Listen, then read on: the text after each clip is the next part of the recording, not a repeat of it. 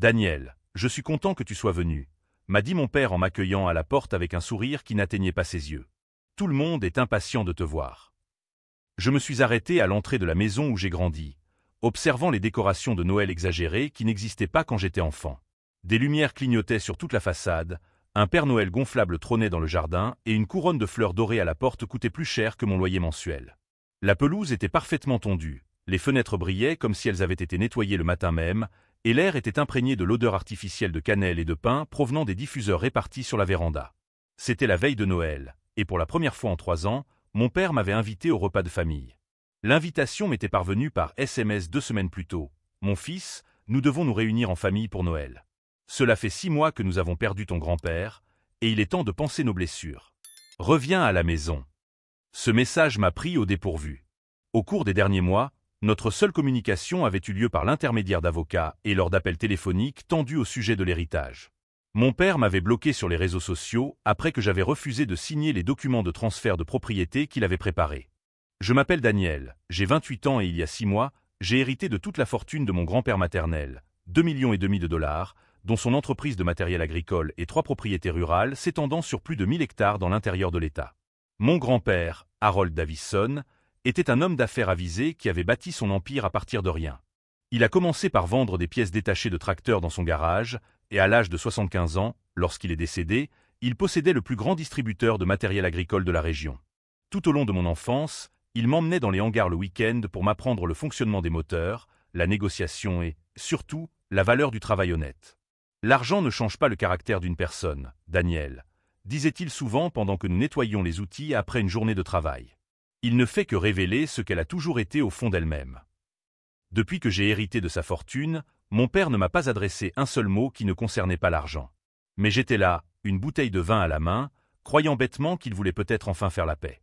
Entre, insista-t-il en posant sa main sur mon épaule avec une familiarité forcée qui me rappela quand j'étais enfant et que j'avais cassé quelque chose de cher. Ta belle-mère a préparé la dinde que tu adores. En traversant le salon, mon estomac s'est noué. Il y avait trop de monde. La maison semblait avoir été réaménagée spécialement pour l'occasion. La table à manger avait été déplacée pour faire plus de place dans le salon, et les chaises étaient disposées en demi-cercle autour d'un fauteuil isolé que j'ai immédiatement reconnu comme le coin de punition de mon enfance. Ma belle-mère Carole était dans la cuisine, mais sur le canapé, j'ai reconnu 2 hommes en costume qui n'étaient clairement pas de la famille. Ils avaient cette posture rigide et ce regard calculateur qui ne s'acquièrent qu'après des années de pratique dans les confrontations juridiques. Des mallettes en cuir coûteux étaient stratégiquement placées à leurs pieds, suffisamment ouvertes pour révéler des piles de documents classés avec des trombones de couleur. Mes demi-frères et demi-sœurs, Jake, 16 ans, et Emma, 22 ans, étaient assis à la table à manger, mais aucun des deux ne m'a salué lorsque je suis passé. Emma n'a même pas levé les yeux de son téléphone portable, même si je pouvais voir qu'elle ne lisait rien à l'écran. Jake jouait nerveusement avec une serviette en papier, en déchirant de petits morceaux qui tombaient sur le sol comme des confettis macabres. « Daniel », dit Carole en sortant de la cuisine, s'essuyant les mains sur son tablier rouge de Noël qui avait encore l'étiquette du prix accrochée dans le dos. « C'est merveilleux que tu sois là. Tu m'as tellement manqué. » Elle m'a serré très fort dans ses bras, me chuchotant à l'oreille. « Ton père a très envie de te parler. Vraiment très envie. » Son parfum était plus fort que d'habitude, presque esséurant, comme si elle essayait de masquer l'odeur de nervosité qui se dégageait de sa peau moite. Lorsqu'elle s'écarta, je remarquai que ses mains tremblaient légèrement.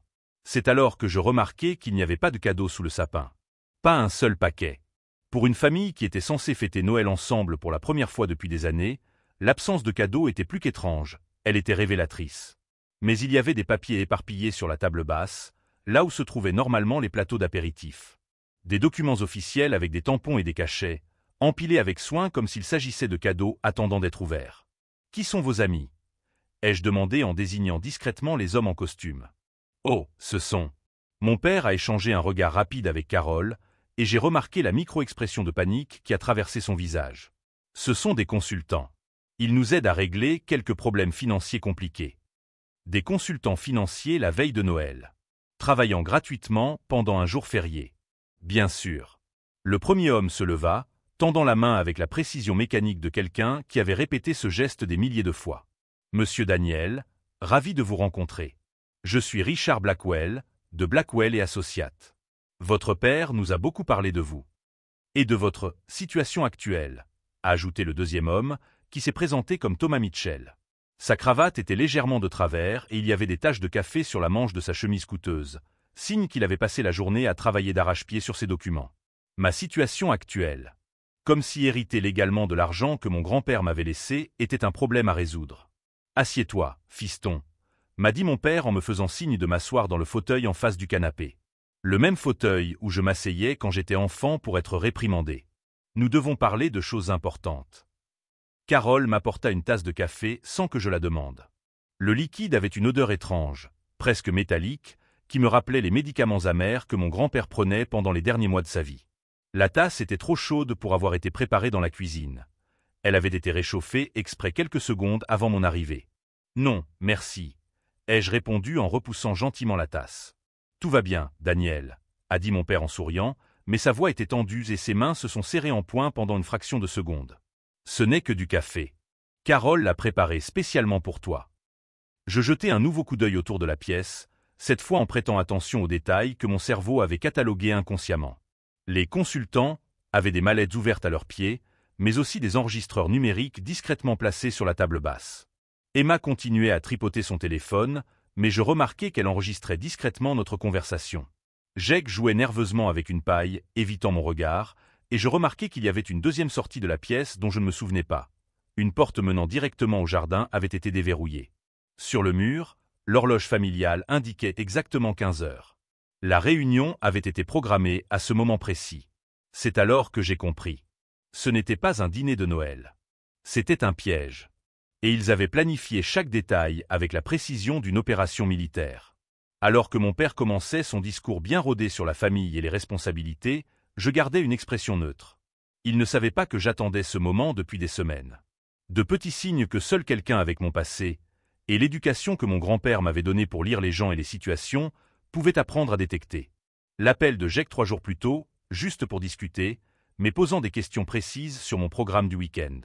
L'email de Carole me demandant mes préférences alimentaires pour le dîner de Noël. La recherche que quelqu'un avait effectuée sur mon adresse dans Google Maps. Je recevais des notifications chaque fois que ma propriété était consultée en ligne. Et maintenant, alors qu'il croyait m'avoir coincé sur son propre terrain, je cataloguais mentalement chaque erreur qu'il commettait.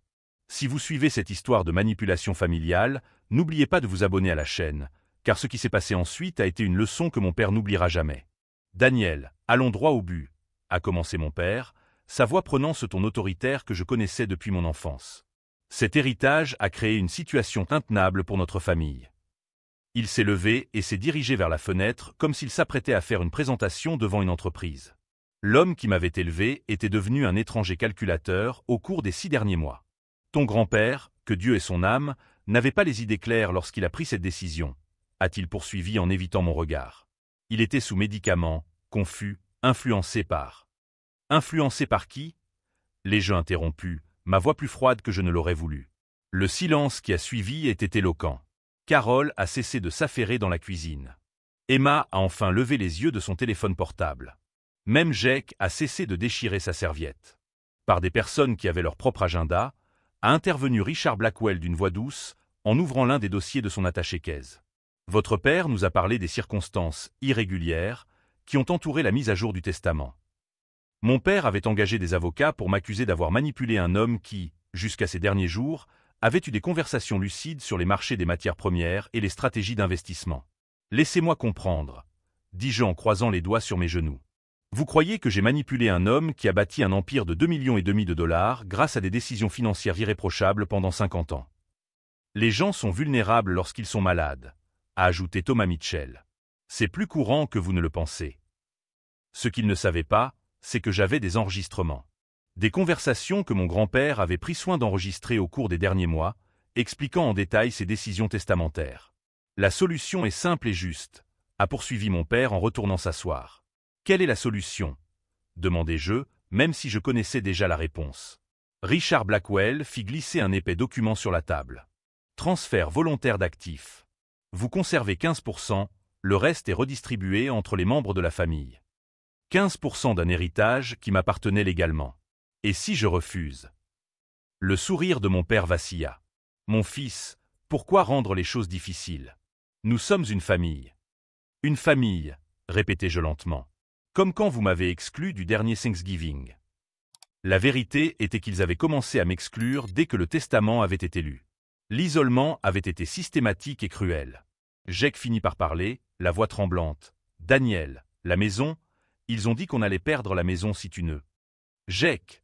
l'interrompit brusquement mon père. Mais trop tard.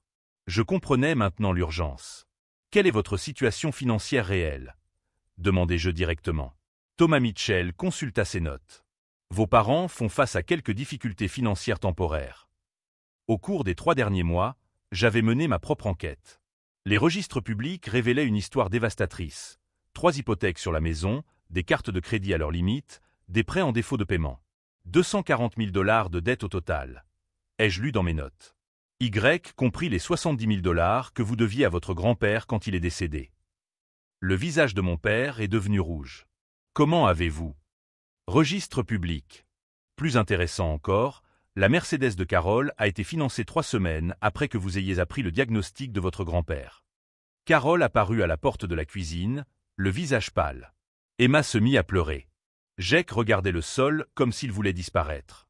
Vous avez commencé à dépenser en anticipant un héritage que vous pensiez recevoir. Ai-je poursuivi. Même ainsi, nous sommes une famille, a rétorqué mon père. Et les familles prennent soin les unes des autres. La famille, répétai-je. Comment avez-vous pris soin de grand-père quand il était malade? Silence total. Combien de fois lui avez-vous rendu visite à l'hôpital? J'avais passé tous les week-ends des 2 dernières années à m'occuper de mon grand-père. Pendant ce temps, mon père ne se montrait que lorsqu'il avait besoin d'argent.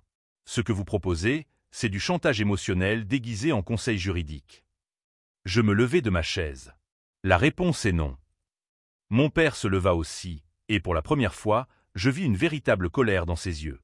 Daniel, si tu quittes cette maison aujourd'hui sans signer ces papiers, tu peux considérer que tu n'as plus de famille. Intéressant, répondis-je calmement, parce que j'étais sur le point de vous dire exactement la même chose. C'est alors que je me suis dirigé vers la porte que Jake s'est levé brusquement. « Attends » a-t-il dit, d'une voix plus forte qu'il n'avait pas eue de toute l'après-midi. « Daniel, je ne savais pas.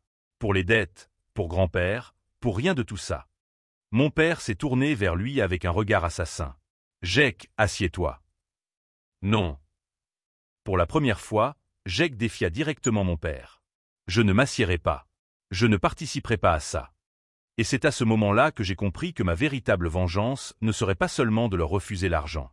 Ce serait de montrer à tout le monde qu'ils étaient vraiment. Jake marchait à mes côtés vers la porte lorsque mon père explosa. « Tu ne détruiras pas cette famille pour de l'argent sale », a-t-il crié, son masque de civilité tombant enfin complètement. Ce vieux manipulateur t'a rempli la tête de mensonges. Je me suis arrêté sur le seuil de la porte, me retournant lentement. De l'argent sale. Tu crois que je ne sais pas comment il a amassé sa fortune? Cracha mon père comme du venin. Évasion fiscale, contrat frauduleux, exploitation des travailleurs. Ton héritage est souillé, Daniel. C'était le mensonge le plus désespéré que j'avais jamais entendu. Mon grand-père avait été contrôlé 3 fois par le fisc au cours de sa carrière et avait toujours été innocenté. Ses employés l'adoraient tellement que plusieurs d'entre eux travaillaient avec lui depuis plus de 20 ans. J'ai tous les dossiers fiscaux de grand-père, répondis-je calmement. Tu veux que je te les envoie pour que tu les vérifies? Le silence gêné qui s'ensuivit fut rompu par la voix tremblante d'Emma. Papa, ce n'est pas vrai, n'est-ce pas? Demanda-t-elle, les larmes coulant sur son visage. Grand-père n'était pas. Il n'aurait jamais fait ça. Bien sûr que non, dit Jake fermement. Papa ment. C'est à ce moment-là que Carole commit l'erreur la plus révélatrice de toute la soirée. Jake, tu es trop jeune pour comprendre, dit-elle d'une voix condescendante que je connaissais bien.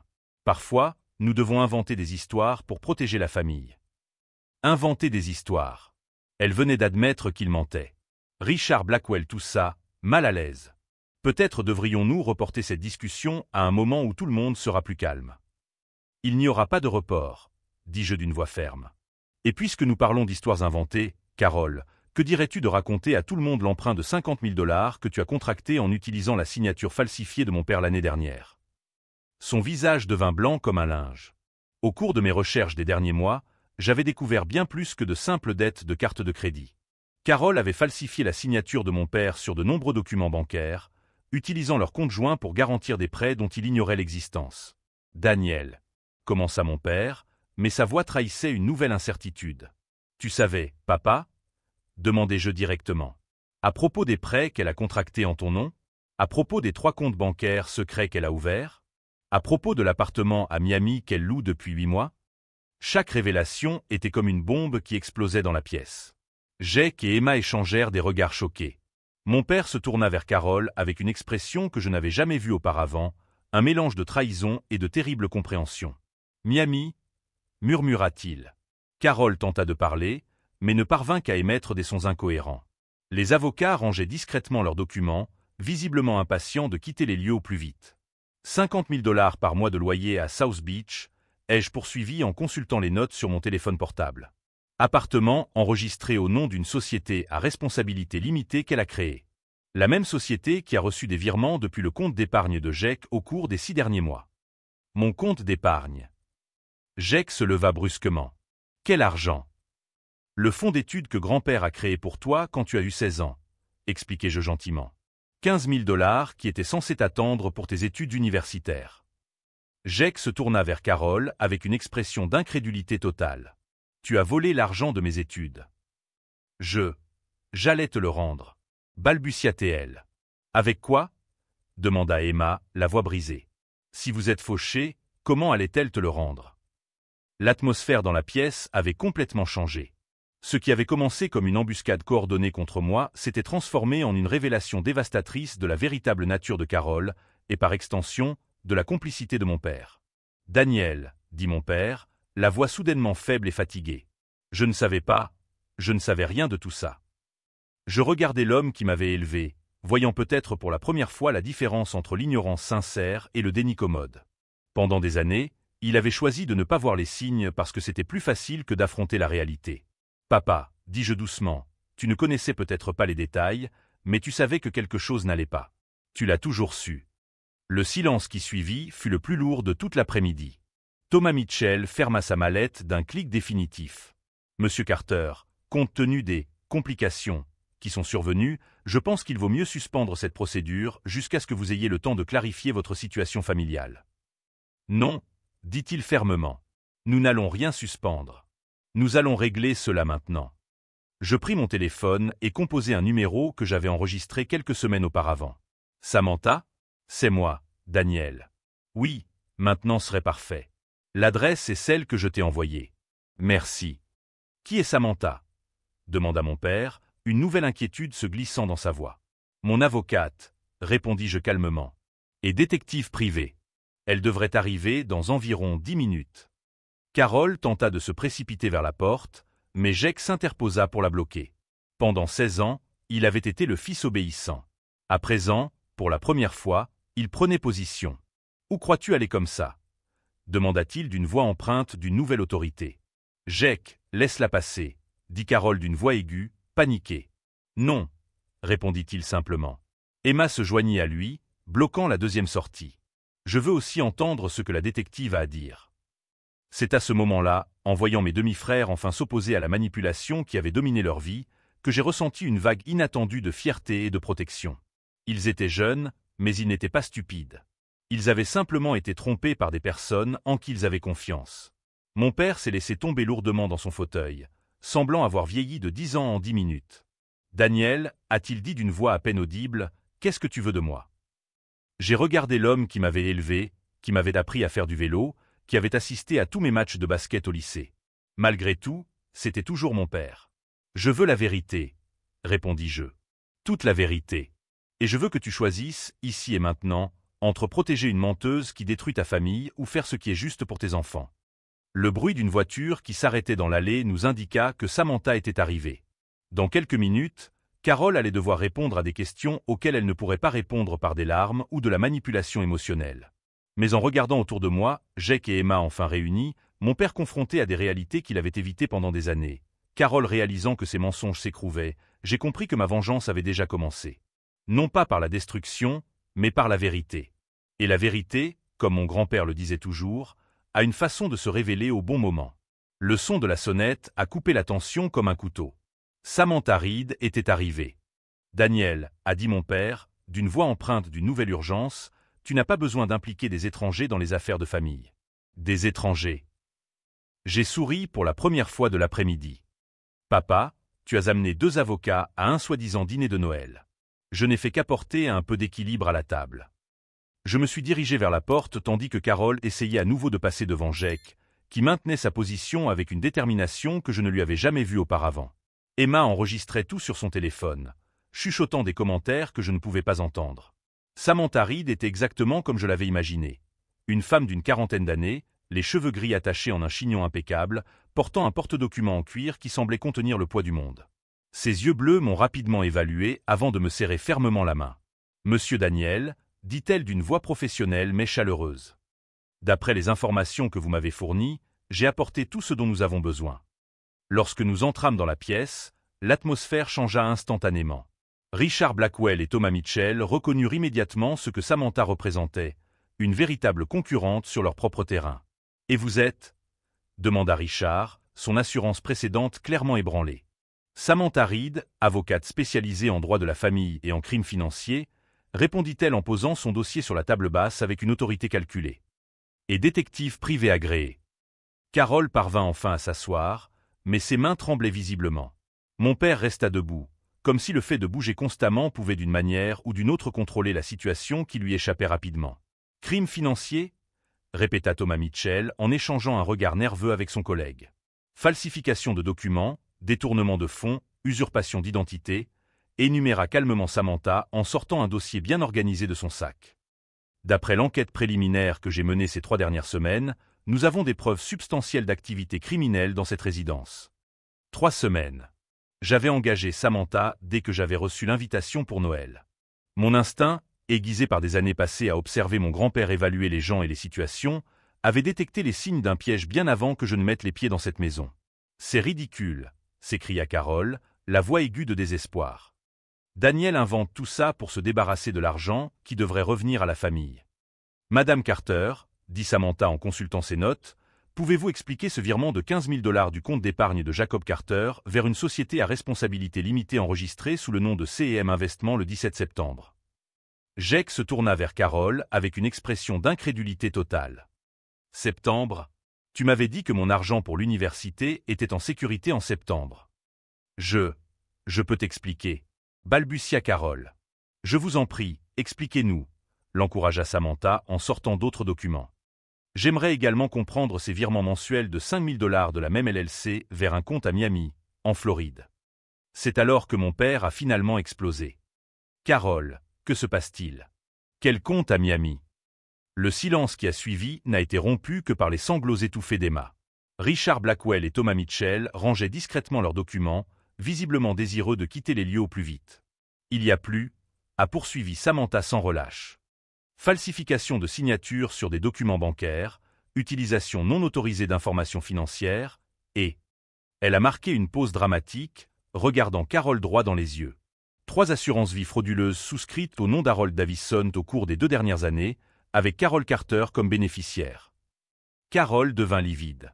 Mon père la regarda comme s'il la voyait pour la première fois. « Des assurances-vie » murmura-t-il. « Carole, tu as souscrit des assurances-vie pour mon beau-père ?»« C'était juste par précaution » murmura-t-elle, mais sa voix n'avait plus aucune conviction. « Précaution pourquoi ?»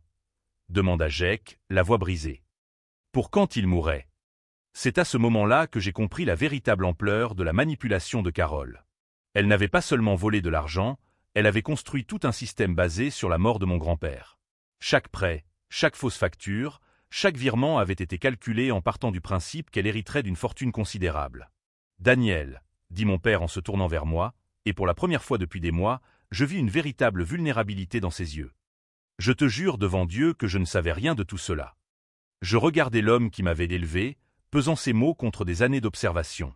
Il y avait une ignorance délibérée, mais aussi des signes de choc véritables dans son expression. « Papa, dis-je calmement, tu ne connaissais peut-être pas les détails, mais tu as choisi de ne pas voir les signes parce que cela t'arrangeait. » Samantha intervint doucement. « Monsieur Carter, d'après notre enquête, vous n'êtes pas considéré comme complice conscient. Cependant, votre signature apparaît sur plusieurs documents que vous auriez dû lire plus attentivement. » Richard Blackwell se leva brusquement. Compte tenu des complications qui sont apparues, nous pensons qu'il serait préférable de reporter cette discussion. Il n'y aura pas de report, répondis-je fermement. Cette situation sera réglée aujourd'hui. Je sortis mon propre téléphone et fis jouer un enregistrement que j'avais conservé spécialement pour ce moment. La voix de mon grand-père, claire et lucide, emplit la pièce. « Daniel, si tu écoutes ceci, c'est que mes soupçons à l'égard de Patricia et surtout de Carole se sont confirmés. J'ai fait cet enregistrement pour te protéger, toi, mais aussi Jake et Emma. Ils méritent de connaître la vérité sur les personnes qui sont censées prendre soin d'eux. » L'enregistrement a continué pendant 2 minutes, détaillant les soupçons de mon grand-père sur les manipulations financières de Carole et son inquiétude quant à l'avenir de la famille après sa mort. Quand il s'est terminé, le silence dans la pièce était assourdissant. Carole pleurait maintenant. Pas les larmes manipulatrices que j'avais vues tant de fois, mais les pleurs désespérés de quelqu'un dont le monde s'écroulait. « Jake, Emma, ai-je dit en me tournant vers mes demi-frères et sœurs, vous avez un choix à faire. Vous pouvez rester avec quelqu'un qui vous a menti et volé, ou vous pouvez venir avec moi et commencer une nouvelle vie basée sur l'honnêteté. » Jake n'a pas hésité. « Je viens avec toi. » Emma regarda Carole et moi, les larmes coulant sur son visage. « J'ai besoin de temps pour digérer tout ça. »« Bien sûr, » répondis-je gentiment. « La porte sera toujours ouverte. » Mon père s'affaissa lourdement dans son fauteuil, semblant avoir vieilli d'une décennie en 1 heure. « Daniel, dit-il d'une voix à peine audible, que veux-tu que je fasse ?» Je le regardai, ressentant un mélange complexe d'amour, de déception et de détermination. « Papa, je veux que tu choisisses, ici et maintenant, entre être l'homme qui m'a élevé ou continuer à être le complice de quelqu'un qui détruit cette famille. » À ce moment précis de notre histoire, si vous suivez ce rebondissement familial choquant, n'oubliez pas de vous abonner à la chaîne pour découvrir comment certaines familles cachent des secrets plus sombres que tout ce que l'on pourrait imaginer. La décision de mon père allait déterminer non seulement l'avenir de notre relation, mais aussi si Carole allait faire face aux conséquences légales de ses actes ou si elle allait tenter de s'en sortir une fois de plus en utilisant la manipulation émotionnelle. Pendant que nous attendions sa réponse, je me suis rendu compte que, quel que soit son choix, j'avais déjà retrouvé quelque chose que je ne savais pas avoir perdu. La certitude absolue d'être du bon côté de la vérité. Mon père a regardé Carole, puis moi, et enfin Jake, qui gardait sa position en bloquant la sortie comme un soldat protégeant un territoire sacré. « Carole, dit-il d'une voix brisée, est-ce vrai ? Tout ce que Daniel a dit est vrai ?» Carole tenta de se lever, mais ses jambes la lâchèrent. « Robert, je peux t'expliquer. »« Explique, » dit-il d'une voix dure que je n'avais pas entendue depuis des années. « Explique comment tu as falsifié ma signature. Explique l'appartement à Miami. Explique pourquoi tu as volé l'argent des études de mon fils. » C'est à ce moment-là que Samantha a sorti la dernière série de documents de son dossier. « Monsieur Carter, il y a autre chose que vous devez savoir, » a-t-elle dit en tendant un dossier à mon père. Ce sont les enregistrements de vidéosurveillance de la banque, montrant Carole accédant au coffre-fort de Harold Davison 3 jours avant sa mort. Le silence qui suivit fut si lourd que je pouvais entendre le tic-tac de l'horloge familiale accrochée au mur. « Quel coffre-fort » demanda mon père d'une voix à peine audible. « Le coffre-fort privé que votre beau-père avait à la First National Bank » expliqua méthodiquement Samantha. Carole y a eu accès grâce à une procuration falsifiée. Elle a retiré des documents qui n'ont jamais été retrouvés. Carole a finalement explosé. C'est un mensonge. Daniel paie cette femme pour inventer des preuves. Madame Carter, a dit Samantha calmement en sortant une tablette de son sac, voulez-vous voir la vidéo? L'écran montrait clairement Carole entrant dans la salle des coffres de la banque, accompagnée d'un employé. La date dans le coin inférieur droit était celle de 3 jours avant la mort de mon grand-père. Grand-père était dans le coma depuis 1 semaine à cette date, dit Jake, la voix brisée. Comment a-t-elle obtenu la procuration?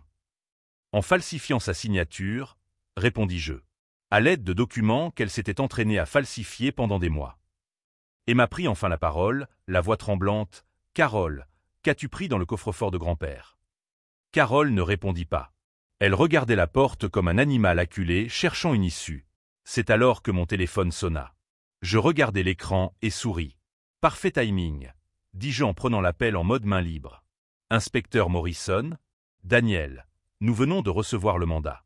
Nous sommes à 2 pâtés de maison de votre position. » Le visage de Carole devint blanc comme un linge. « Un mandat pourquoi ? » Arrestation pour fraude documentaire, détournement de fonds et falsification, répondis-je calmement. Ah, et tentative de meurtre. Tentative de meurtre? Mon père se leva brusquement. Samantha ouvrit un autre dossier. Les analyses toxicologiques du corps d'Harold Davison ont révélé des taux de warfarine incompatibles avec sa prescription médicale. Quelqu'un avait délibérément augmenté la dose de ces anticoagulants. Le silence fut tel que je pouvais entendre les sirènes approcher au loin. « Carole, » dit mon père, la voix chargée d'horreur et de compréhension, « tu as essayé de tuer mon beau-père ?»« Je n'ai pas, il souffrait. » Balbutia Carole désespérément. C'était un acte de miséricorde. De miséricorde, hurla Jake, son adolescence contrôlée explosant enfin. Tu l'as tué pour l'argent. C'est à ce moment-là qu'Emma prit sa décision. Elle se leva et marcha jusqu'à Jake, se plaçant à ses côtés. Non, dit-elle, sa voix ferme pour la première fois de l'après-midi. Je ne vais plus défendre ça. Carole tenta de se précipiter vers la porte, mais Jake et Emma ne bougèrent pas.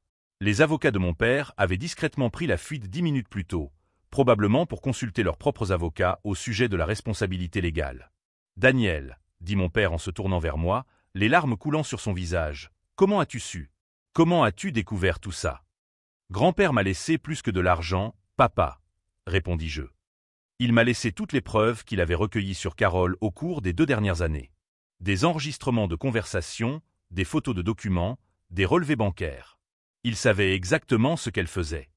Je sortis ma propre tablette et lançai un dernier fichier audio. La voix de mon grand-père emplit la pièce une dernière fois. « Daniel, si tu écoutes ceci, Carole a enfin obtenu ce qu'elle voulait. Mais elle ne sait pas que j'ai installé des caméras dans ma maison après avoir commencé à avoir des soupçons. Tout est documenté. La manipulation des médicaments, les visites à mon coffre-fort quand elle pensait que je dormais, les conversations téléphoniques au sujet de ma mort comme s'il s'agissait d'un investissement. L'enregistrement continuait, protège Robert et les enfants. Ils ne savent pas avec qui ils vivent. Et souviens-toi, la vérité finit toujours par éclater, même si cela prend des années. » Les sirènes étaient désormais tout proches. Carole s'était affaissée sur sa chaise, sanglotant de manière incontrôlable. « Mais tu as attendu, » dit mon père en me regardant avec un mélange d'admiration et d'horreur. « Tu aurais pu révéler tout ça il y a des mois. Pourquoi as-tu attendu? »« Parce que tu ne m'aurais pas cru, » répondis-je honnêtement. « Tu étais amoureux, aveuglé par sa manipulation. Tu avais besoin de le voir de tes propres yeux. » Le détective Morrison frappa à la porte. « Police. » Jake ouvrit la porte, laissant apparaître 2 détectives et 2 agents en uniforme. « Carole Martinez-Carter » demanda le détective Morrison en consultant sa tablette. « C'est moi, » murmura Carole. « Vous êtes en état d'arrestation pour suspicion de meurtre, fraude documentaire et détournement de fonds. Vous avez le droit de garder le silence. » Pendant qu'il lui lisait ses droits, Carole regarda mon père une dernière fois. « Robert, s'il te plaît, tu sais que je t'aime. » Mon père la regarda longuement avant de répondre « Non, Carole. Tu aimes ce que je représentais pour tes plans. Il y a une différence. » Lorsque les policiers l'emmenèrent vers la porte, menottée, Carole se tourna vers moi. « Tu as détruit toute une famille, » a-t-elle sifflé. « Non, » ai-je répondu calmement. « J'ai sauvé une famille. Enfin. » Après le départ de la police, nous sommes restés silencieux pendant plusieurs minutes. Emma était blottie contre Jake sur le canapé. Mon père était assis dans son fauteuil, semblant avoir vieilli de 10 ans en 2 heures. Samantha rangea discrètement ses documents. « Mon travail ici est terminé. Daniel, je vous contacterai demain pour la suite de la procédure. » Quand elle fut partie, nous étions seuls dans le salon qui avait été le théâtre de l'effondrement complet de notre famille dysfonctionnelle. « Que va-t-il se passer maintenant ?» demanda Emma d'une petite voix. Je regardai mes demi-frères, puis mon père, voyant pour la première fois depuis des années non pas l'homme qui m'avait déçu, mais l'homme qui m'avait élevé avant que Carole ne détruise notre famille de l'intérieur. « Maintenant, » dis-je en m'asseyant pour la première fois de l'après-midi, nous recommençons à zéro, comme une vraie famille. Mais avant que nous ayons pu complètement assimiler ce qui venait de se passer, mon téléphone sonna à nouveau. C'était l'avocat de mon grand-père. « Daniel, vous devez venir au bureau immédiatement. Nous avons trouvé quelque chose dans le coffre-fort de Harold qui change tout. Quelque chose qu'il vous avait caché, même à vous. » 1 heure plus tard, nous étions tous assis dans le bureau de Peterson et Associates. Jake, Emma, mon père et moi occupions les fauteuils en cuir devant le bureau où M. Peterson, l'avocat de mon grand-père, avait étalé des documents qui semblaient avoir été conservés pendant des décennies. « Harold m'a demandé de n'ouvrir cette enveloppe que si Carole était arrêtée, » expliqua-t-il en ajustant ses lunettes. Il avait prévu cette situation avec une précision troublante. L'enveloppe contenait 3 documents qui ont bouleversé tout ce que nous pensions savoir sur mon grand-père. Le premier était une confession détaillée de Carole, signée et authentifiée, dans laquelle elle avouait toutes ses manipulations financières. Elle avait tenté de faire chanter mon grand-père quelques mois avant sa mort, menaçant d'empoisonner toute la famille s'il ne modifiait pas son testament en sa faveur. Elle a signé ça? Demanda Emma, incrédule. Votre grand-père était très persuasif, sourit M. Peterson. Il lui a dit qu'il avait suffisamment de preuves pour la faire condamner à 20 ans de prison, mais il lui a proposé un marché. Elle signerait cette confession et il ne la dénoncerait pas, à condition qu'elle cesse immédiatement ses manipulations. Mais elle n'a pas arrêté, fit remarquer Jake. Non. Et c'est pourquoi Harold a activé le plan B. Le deuxième document était encore plus choquant. Une lettre de Carol à un tueur à gages de Miami, l'engageant à éliminer mon grand-père si les autres tentatives échouaient. La lettre n'a jamais été envoyée car mon grand-père l'avait interceptée. Carol prévoyait littéralement d'assassiner grand-père, murmurai-je, sentant un frisson me parcourir l'échine. Ce qui nous amène au troisième document, dit M. Peterson en sortant un dossier bleu. Le véritable testament. Mon père se pencha en avant. Le véritable testament. Harold avait rédigé 2 testaments. Celui qui a été lu la semaine dernière était un leurre, destiné à forcer Carol à révéler ses véritables intentions. Celui-ci, dit-il en tapotant le dossier bleu, est le véritable testament. Le document révélait que mon grand-père avait pris des dispositions spécifiques pour chaque membre de la famille, notamment un fonds d'études de 100 000 $ pour Jake, 50 000 pour qu'Emma poursuive ses études et un fonds de retraite pour mon père. Il n'a jamais voulu laisser personne sans ressources, expliqua M. Peterson.